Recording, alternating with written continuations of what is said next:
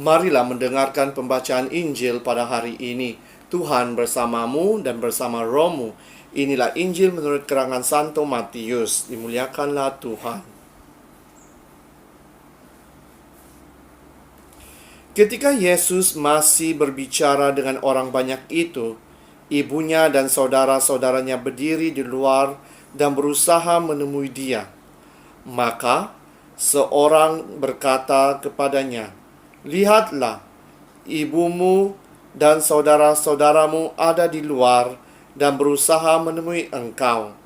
Tetapi jawab Yesus kepada orang yang menyampaikan berita itu kepadanya, "Siapa ibuku? Dan siapa saudara-saudaraku?" Lalu katanya sambil menunjuk ke arah murid-muridnya, "Ini ibuku dan saudara-saudaraku. Sebab siapapun yang melakukan kehendak Bapa-Ku di syurga, dialah saudaraku laki-laki, dialah saudaraku perempuan, dialah ibuku." Demikianlah Injil Tuhan. Terpujilah Kristus. Saudara dan saudari yang seiman dalam Yesus Kristus, saya percaya di dalam kehidupan kita mementingkan tali persaudaraan di antara satu sama yang lain. Kita lebih mementingkan keluarga kita karena kita mengenali di antara satu sama yang lain.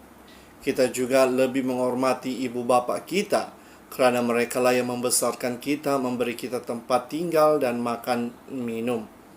Oleh itu, kita harus sentiasa berdoa bagi ibu bapa kita, bagi ahli keluarga kita, dan juga rakan-rakan kita. Karena saya percaya melalui doa itu, kita dapat disatukan, kita dapat diberikan kekuatan dan semangat untuk terus mendekatkan diri dengan Tuhan.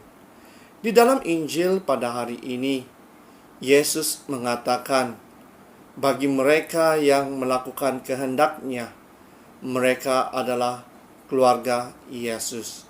Mereka adalah saudara mara Yesus. Oleh itu, persoalan yang harus kita tanya dalam diri kita, adakah kita melakukan apa yang dikehendakkan Yesus kepada kita?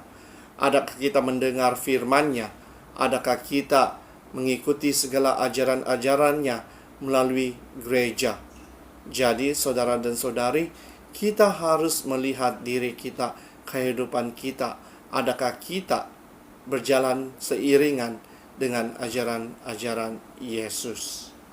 Dan di dalam pembacaan Injil, ada beberapa perkara yang dapat kita pelajari pada hari ini. Yang pertama, kita semua tahu kerana orang tua, kerana perhubungan darah, kita masih mempunyai personality yang berlainan di antara satu sama yang lain. Tetapi kita harus ingat bahwa Tuhan telah menyatukan kita. Tuhan telah membuat kita untuk saling menghormati di antara satu sama yang lain.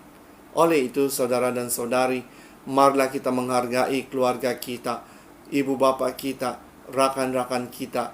Kerana apabila kita menghargai di antara satu sama yang lain, saya percaya Tuhan akan memberkati kita semua.